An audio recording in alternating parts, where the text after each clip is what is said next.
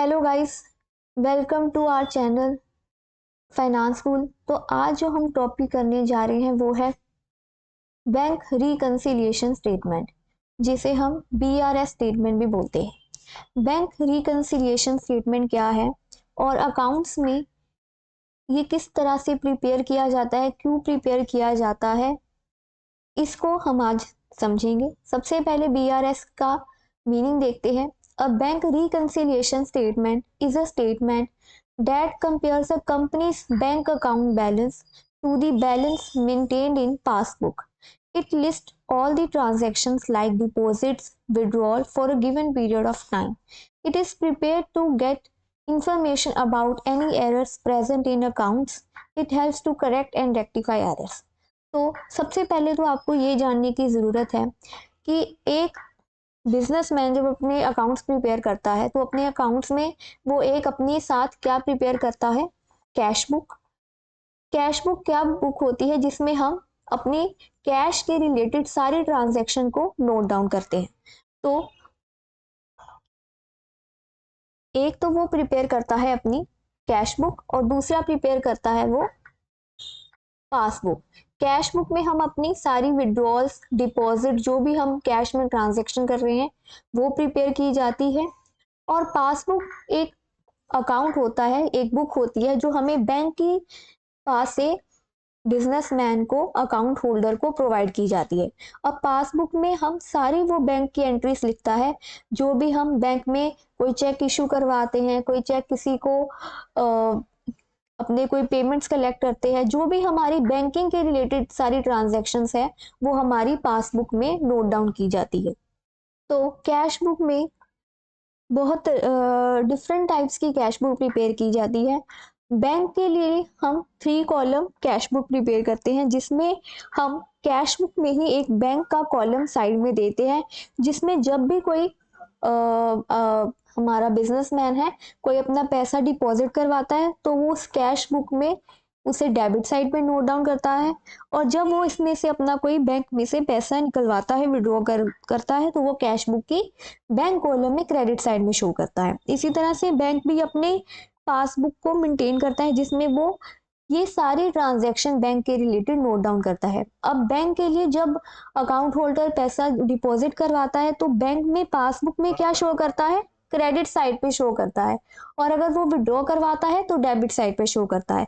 तो ये क्या है, रिवर्स है। अगर कैश बुक में डेबिट साइड पे हम डिपॉजिट लिखते हैं तो पासबुक में हमारा डिपॉजिट क्रेडिट साइड में आता है। सो इस तरह से हमारी बैंक से रिलेटेड ट्रांजैक्शंस की दो बुक्स प्रिपेयर की जाती हैं। एक तो होती है कैश बुक, जिसे अकाउंट होल्डर या बिजनेसमैन कह लीजिए अपने पास खुद रिकॉर्ड करता है, ये वो खुद मेंटेन करता है, मेंटेन बाय बिजनेसमैन। और एक बुक प्रिपेयर होती है हमारी पासबुक, जो हमें किसके द्वारा प्रोवाइड की जाती है, बैंक के द्वारा प्रोवाइड की जाती है, और इसे मेंटेन भी कौन करता है, बैंक करता है।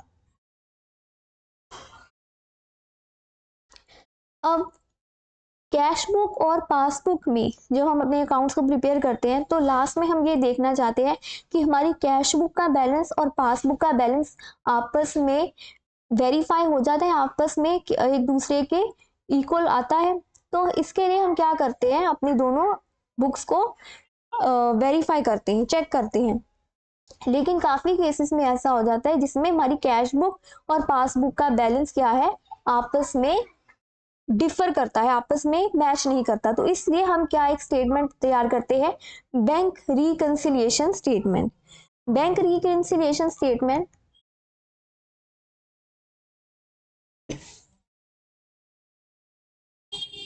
एक स्टेटमेंट है जिसमें हम अपने कंपनी के अकाउंट को बैलेंस करने के लिए, इसे अपनी पासबुक और कैश बुक का बैलेंस मेंटेन करने के लिए इसे प्रिपेयर किया जाता है। इसमें हर तरह की ट्रांजैक्शन को रिकॉर्ड किया जाता है, चाहे वो डिपॉजिट हो, विड्रॉल हो। और इसीलिए इसे बेसिकली किस लिए प्रिपेयर किया जाता है, ताकि हमारी कैश बुक और पासबुक को मेंटेन करने में कोई भी अगर एरर है तो इस एरर को हम बीआरएस स्टेटमेंट के थ्रू इसे रेक्टिफाई करते हैं और आपस में इसे स्टेटमेंट से इस दोनों के बैलेंस को मैच कर देते हैं। अब ये देखते हैं, सबसे पहले इसमें ये जानते हैं कि इसका बेसिकली ऑब्जेक्टिव क्या होगा। बेसिकली इसका ऑब्जेक्टिव बैंक और रिकंसिलिएशन स्टेटमेंट का मेंटेन करने का यही होता है कि हम अपने दोनों बैलेंसेस, कैश बुक और पासबुक के बैलेंसेस को रिकाउंसिल यानी कि मैच करना चाहते हैं।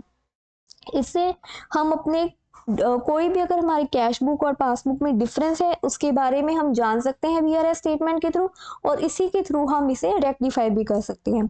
इस तरह से इसमें एरर्स को लोकेट करना और रेक्टिफाई करना भी वीआरएस स्टेटमेंट के थ्रू इजी हो जाता है। तो इसीलिए हम अकाउंट्स में एक और स्टेटमेंट प्रिपेयर करते हैं जिसे हम वीआरएस स्टेटमेंट यानी कि बैंक रिकंसिलिएशन स्टेटमेंट प्रिपेयर किया कहते हैं। अब हम देखते हैं कि आखिर हमारी पासबुक और कैश बुक में जो बैलेंस है वो आपस में मैच क्यों नहीं करता, तो क्या कारण है कि हम बीआरएस स्टेटमेंट को प्रिपेयर करना हमारे लिए नेसेसरी हो जाता है। तो सबसे पहला पॉइंट देखिए, cheques issued but not yet presented for payment in the bank.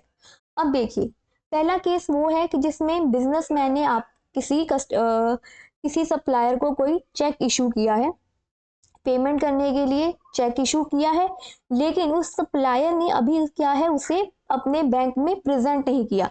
तो इस केस में जब बिजनेसमैन ने अपने बुक्स में इसे इशू कर दिया होगा तो उसने अपने बैलेंस को क्या यानी कैश में अपने बैलेंस को नीचे दिखा दिया होगा, लेकिन अभी तक सप्लायर ने इसे बैंक में अपने बैंक में क्या है प्रेजेंट नहीं किया है। तो इसलिए क्या हुआ, हमारी पासबुक का जो बैलेंस था वो अभी तक क्या है एज इट इज शो कर रहा है। तो इस तरह से ये एक पहला कारण बनता है जिसमें हमारा बैंक बैलेंस और हमारा कैश बुक का बैलेंस और पासबुक का बैलेंस आपस में डिफर करता है। तो चलिए, ये था हमारा पहला पॉइंट। अब हम नेक्स्ट पॉइंट पे देखते हैं कि क्यों हमारी पासबुक और कैश बुक का बैलेंस आपस में कॉन्ट्रास्ट करता है। तो नेक्स्ट पॉइंट है cheque paid into bank for collection but not yet credited और कलेक्टेड बाय द बैंक। तो इस केस में ये देखिए कि बिजनेसमैन को अपने कस्टमर से कुछ चेक मिले हैं, कुछ पेमेंट आई है, चेक मिले हैं और उसने अपने बैंक में इसे कलेक्शन के लिए डाल दिया है, लेकिन उसे क्रेडिट होने के लिए क्या है कुछ टाइम पीरियड लगता है, जिस कारण से वो कैश अपनी कैश बुक में तो वो क्या है इसे इस बैलेंस को आगे शो कर देगा कि उसने ये पेमेंट रिसीव कर ली है, लेकिन एक्चुअल में पासबुक में हमारा बैलेंस क्या है उतने का ही शो हो रहा है, जिस कारण से हमारा कैश बुक का बैलेंस और पासबुक का बैलेंस क्या है डिफर करता है। तो इसमें क्या था, हमारा चेक तो हमने रिसीव करके अपने बैंक में डाल लिया है, लेकिन उसे क्रेडिट होने में, उसे कलेक्ट करने में कुछ टाइम पीरियड, हमारा कुछ टाइम पीरियड का डेज लगते हैं, जिस कारण से एक प्रोसेस होता है जिस कारण से हमारा जो अपनी कैश बुक में बैलेंस हमारा ज्यादा दिखता है और पासबुक का बैलेंस हमारा कम दिखता है। इसी तरह से हमारा थर्ड पॉइंट है checks paid into bank for collection but dishonoured bye the bank. तो हमने इसी तरह से बिजनेसमैन ने कुछ चेक रिसीव किया, उसे कलेक्शन के लिए अपने बैंक में डाला, बट एट द लास्ट क्या हो गया, वो डिसऑनर्ड हो गया, जिस कारण से बिजनेसमैन ने अपने अकाउंट्स में कैश बुक में उस चेक की पेमेंट को रिसीव कर लिया है, कैश बुक का बैलेंस बढ़ चुका है, लेकिन एक्चुअल में वो डिसऑनर हो गया, जिस कारण से उसका पासबुक का बैलेंस उतने का उतना ही मेंटेन हो रहा है, जिस कारण से इन दोनों का बैलेंस क्या होगा आपस में डिफर करेगा, कॉन्ट्रास्ट करेगा। नेक्स्ट पॉइंट देखिए, नेक्स्ट पॉइंट है इंटरेस्ट अलाउड बाय बैंक। अब कुछ केसेस में क्या है, जब एक अकाउंट होल्डर या बिजनेसमैन अपने अकाउंट में कुछ मिनिमम बैलेंस हमेशा मेंटेन करके रखता है, तो बैंक क्या है उसे कुछ इंटरेस्ट प्रोवाइड करती है। अब बैंक जो इंटरेस्ट प्रोवाइड कर रही है वो ऑटोमेटिकली उसकी पासबुक में शो कर देता है, क्रेडिट हो जाता है, लेकिन जब तक ये इंटीमेशन, जब तक ये ट्रेडर को या बिजनेसमैन को पता नहीं चलेगा, तो वो क्या है अपनी कैश बुक का जो बैलेंस है वो उतना उससे कम अमाउंट से लिखेगा, जिस कारण से उसका क्या है अपनी पासबुक का बैलेंस और कैश बुक का बैलेंस डिफर करता है। तो जब तक उसे अपनी ये इंटीमेशन नहीं मिल जाती बैंक से कि उसने उसके अकाउंट में इतना इंटरेस्ट प्रोवाइड किया है, अलाउड किया है, तब तक वो अपनी कैश बुक में इसे शो नहीं करता है, जिस कारण से इन दोनों का बैलेंस डिफर करता है। इसी तरह से इंटरेस्ट और डिविडेंड कलेक्टेड बाय बैंक। अब बैंक में ऑटोमेटिकली हमारे शेयर्स का जो है, हमने अगर इन्वेस्टमेंट किया है तो डिविडेंड ऑटोमेटिकली रिसीव हो जाता है। किसी में जगह में हमने कुछ इन्वेस्टमेंट किया तो इंटरेस्ट रिसीव होता है। जो एंट्रीज हमारी बैंक अकाउंट में ऑटोमेटिकली हमारा साइड बाय साइड होता रहता है, और इसका इंटीमेशन मिलने के बाद ही ट्रेडर या बिजनेसमैन अपने अकाउंट्स में, अपनी पासबुक में, अपनी कैश बुक में इसे शो करता है। तो जब तक उसे इसका इंटीमेशन नहीं मिलता तब तक इन दोनों का बैलेंस क्या है, डिफर करता है, क्योंकि जब उसे इंटीमेशन मिलेगा उसके बाद ही वो अपनी कैश बुक को इसे मेंटेन करता है, अपडेट करता है। तब तक के लिए उन दोनों का क्या है, बैलेंस कॉन्ट्रास्ट करता रहता है। इसी तरह से नेक्स्ट पॉइंट देखिए, नेक्स्ट पॉइंट है डायरेक्ट पेमेंट थ्रू बैंक।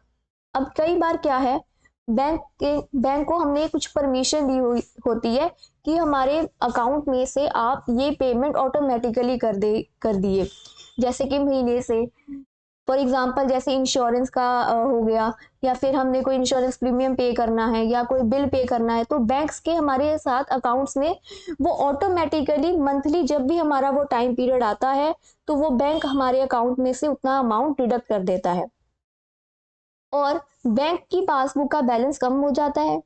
जब इस इंटीमेशन, जब तक इसको क्रेडिट को या बिजनेसमैन को इसका इंटीमेशन नहीं मिलता तो उसकी कैश बुक का बैलेंस उतनी अमाउंट से बढ़ा हुआ शो होता है।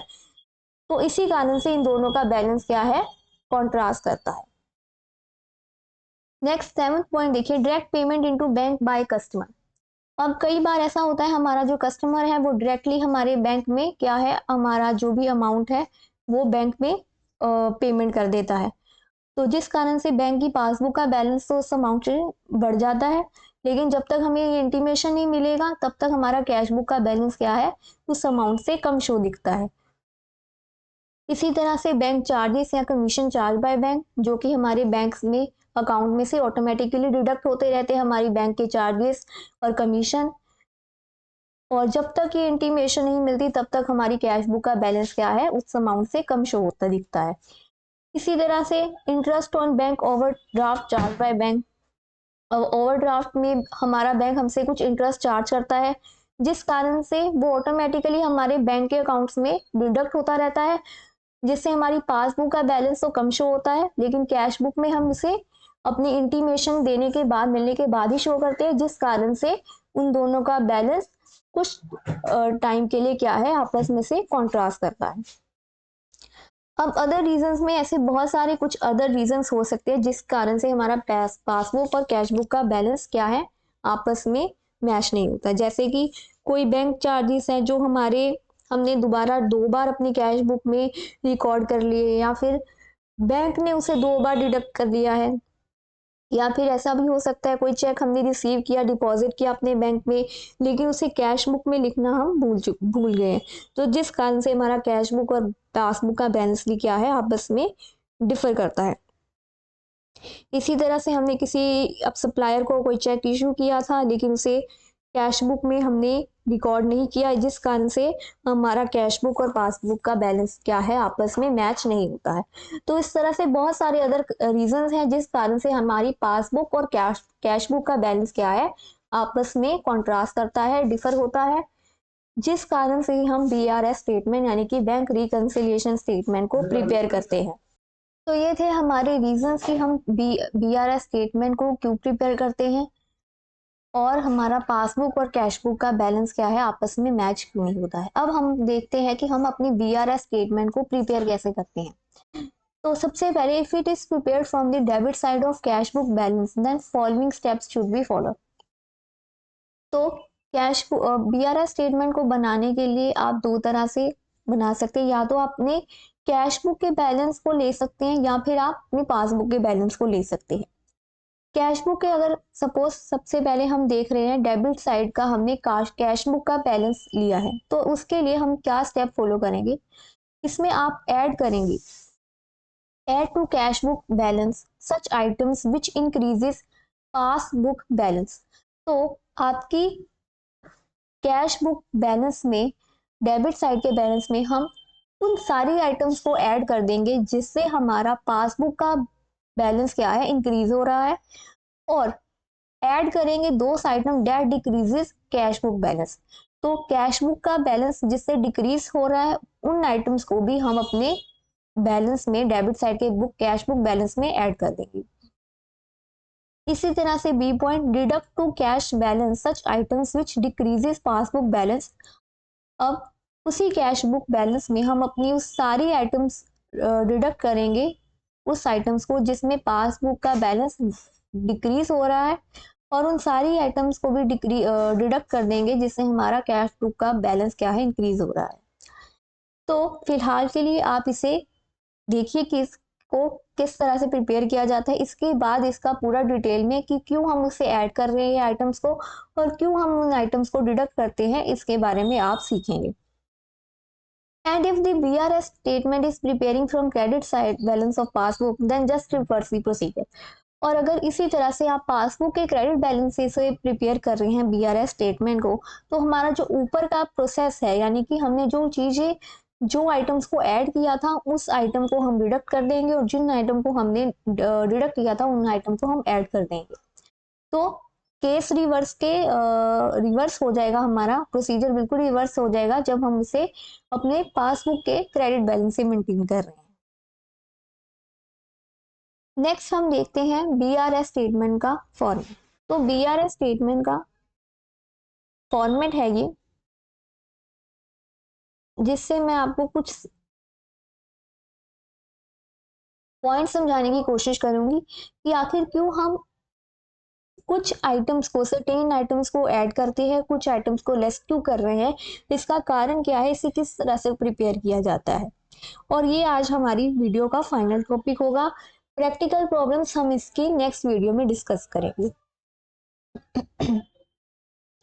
तो सबसे पहले आप देख रहे हैं बीआरएस स्टेटमेंट। सबसे पहले हमने लिखा है पर्टिकुलर्स है, प्लस है, क्या आइटम्स करना है, तो एक प्लस का कॉलम है और एक माइनस का कॉलम है। तो सबसे पहले तो हमने क्या लिया है, डेबिट साइड का, हम कैश बुक के डेबिट बैलेंस से हम प्रिपेयर कर रहे हैं। तो हम पासबुक के कैश बुक के डेबिट बैलेंस से प्रिपेयर करते हैं। सबसे पहले तो आपको ये पता होना चाहिए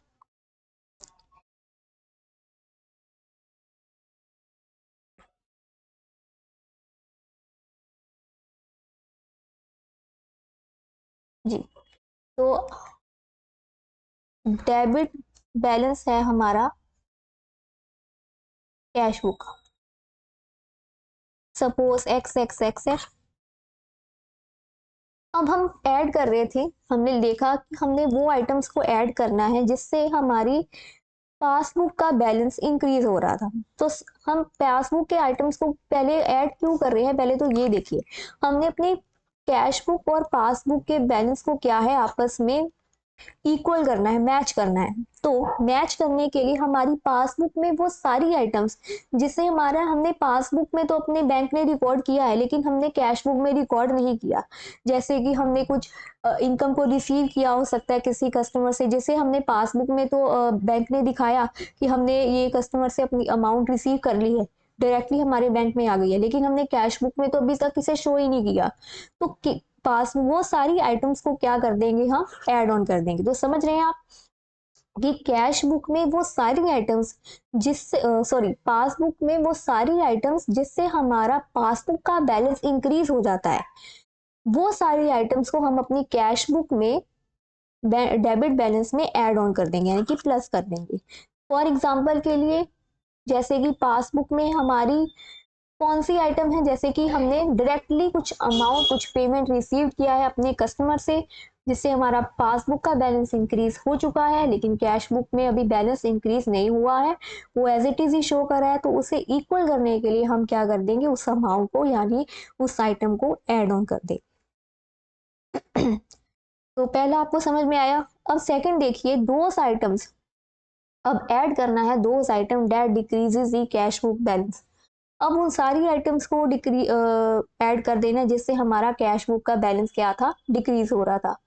सेम वही बात है, बस कहने का ढंग अलग है कि वो सारी आइटम जिससे हमारा कैश बुक का बैलेंस डिक्रीज हो रहा, हमारा कैश बुक का बैलेंस डिक्रीज क्यों हो रहा था, क्योंकि हमने पेमेंट को क्या है अपनी कैश बुक में रिसीव नहीं दिखाया था, हमने उसे अपने कैश बुक में शो नहीं किया था, जिससे हमारा कैश बुक का बैलेंस डिक्रीज दिख रहा था, इसीलिए हमने क्या है उसे आइटम्स को ऐड ऑन कर दिया। अब नेक्स्ट देखते हैं deduct to cash balance such items which decreases the passbook balance and those item that increases the cash book balance.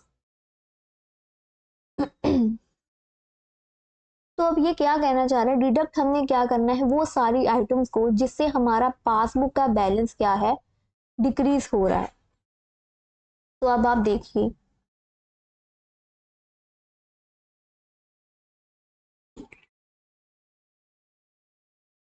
Just a second.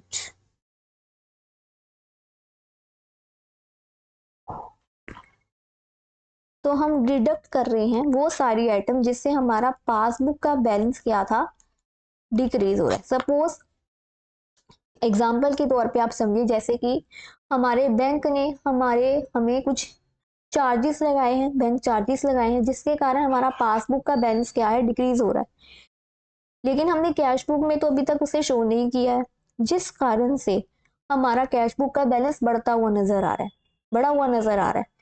तो इस कारण से उसे मेंटेन करने यानी कि इक्वल करने के लिए हम वो खर्चा क्या है जो हमने अभी तक डिडक्ट नहीं किया है, जिससे हमारी पासबुक का बैलेंस डिक्रीज हो चुका है, उस बैलेंस को हम डिक्रीज करने के लिए डिडक्ट करेंगे अपनी उस आइटम्स को जिससे हमारा पासबुक का बैलेंस क्या था डिक्रीज हुआ है।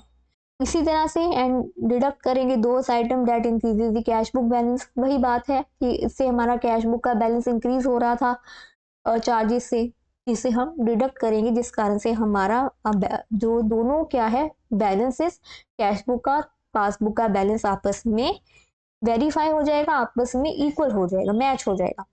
तो इस तरह से अभी तक हमने समझा कि क्यों इस तरह से हम कुछ आइटम्स को डिडक्ट कर रहे हैं और कुछ आइटम्स को हम ऐड ऑन करते हैं।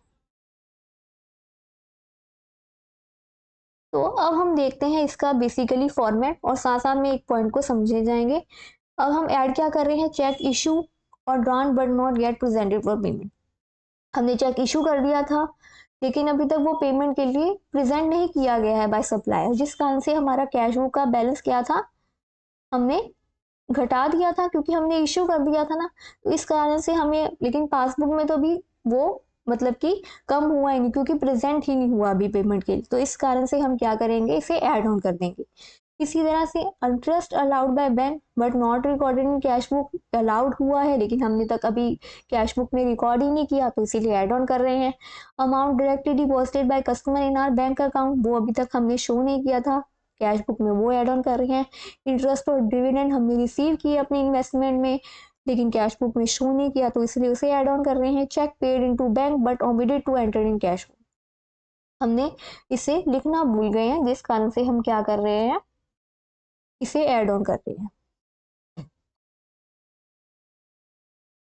Any wrong credit given by bank in passbook, अब पासबुक में बैंक से हमारे पासबुक में मिस्टेक हो गई है जिससे उसने हमारा रॉन्ग क्रेडिट कर दिया है। रॉन्ग क्रेडिट का मतलब हमारा बैलेंस बढ़ता हुआ कुछ अमाउंट से नजर आ रहा है जो कि हमारे बैंक की गलती है, लेकिन हमने वेरीफाई करना है, इसे मैच करना है बैलेंस को, इसलिए हम इस आइटम को क्या करेंगे उस अमाउंट को ऐड ऑन कर देते हैं और अपना बैलेंस मैच करते हैं। अब लेस क्यों आइटम्स कर रहे हैं वो देखती है। Cheque paid into bank for collection but not yet credited by bank, तो चेक हमने पे किया था लेकिन अभी तक अमाउंट हमारा बैंक में क्रेडिट नहीं हुआ है, जिसलिए इस कारण से हमने कैश बुक में तो अमाउंट को रिसीव करता हुआ शो दिखा दिया लेकिन बैंक के पास में अभी तक वो अमाउंट रिसीव नहीं हुआ है, तो इसलिए इस अमाउंट को डिडक्ट कर देंगे, लेस कर देंगे। Cheque paid into bank for collection but dishonoured by bank, same उसी तरह से पेड तो किया लेकिन वो डिसऑनर्ड हो गया, तो हमने इनकम को रिसीव करता हुआ दिखाया था लेकिन वो पासबुक में डिसऑनर्ड हो गया इसलिए वो रिसीव नहीं हुआ है, तो इसको डिडक्ट करेंगे ताकि हमारा कैश बुक और पासबुक का बैलेंस क्या है आपस में मैच हो जाए। Direct payment made by bank according to prior instruction, हमारे बैंक से कोई हमारी पेमेंट निकली है, जैसे कि इंश्योरेंस प्रीमियम हो सकता है, कोई टैक्स हो सकती है, किसी तरह का भी कोई खर्चा हो सकता है, तो उसे भी लेस कर देंगे। बैंक चार्जेस और कमीशन चार्ज बाय बैंक, इसी तरह से वो भी हमने खर्चा शो नहीं किया था, उसे लेस करेंगे। Cheque issued but omitted to be recorded in the cash book, तो इसीलिए इसको भी हमने लेस किया, हम अपनी कैश बुक में इसे मेंटेन करना क्या है भूल गए। इसी तरह से wrong debit given by bank in the passbook, तो सेम उसी तरह से जैसे उसमें क्रेडिट कर दिया था, इसमें हमने घटा दिया है, तो इसको वेरीफाई करने के लिए, मैच करने के लिए हम अपने कैश बुक में से भी उतना बैलेंस को क्या है घटा देते, डेबिट कर दे, लेस कर देते। सब आइटम्स को प्लस माइनस करने के बाद हमारा बैलेंस जो आता है उसे हमारी वो, जब हमारी वो पासबुक के बैलेंस से आपस में वेरीफाई हो जाएगा, इसका मतलब हमने जो स्टेटमेंट तैयार की है वो स्टेटमेंट हमारी बिल्कुल सही है, और इस कारण से ही हमने अभी अपने अकाउंट्स में कोई एरर नहीं किया, हमने अपनी सारी आइटम्स को अच्छी तरह से रिकॉर्ड करके, चाहे वो कैश की हो या बैंक रिलेटेड ट्रांजेक्शन हो, तो इस कारण से ही VRS स्टेटमेंट को बेसिकली प्रिपेयर किया जाता है, ताकि हमारी कोई भी एरर्स मिस्टेक्स हमारे बैंक के अकाउंट्स को मेंटेन करने में अगर छूट हो जाती है, तो VRS स्टेटमेंट के थ्रू हम उस स्टेटमेंट के थ्रू हम क्या है अपनी एरर्स को रेक्टिफाई कर सकते हैं, लोकेट कर सकते हैं। आज की वीडियो में बस इतना ही। आज की वीडियो में हमने देखा VRS स्टेटमेंट क्या है, इसे बनाना क्यों जरूरी है, क्यों हम इसे बनाते हैं, क्या कारण है कैश बुक और पासबुक के बैलेंस को कॉन्ट्रास्ट होने में, क्या उनका कारण था, कैसे इसे प्रिपेयर किया जाता है और इसका फॉर्मेट क्या है। I hope you like this video. Please do subscribe our channel, share this video, and if you have any doubt, please comment in comment section. Thank you.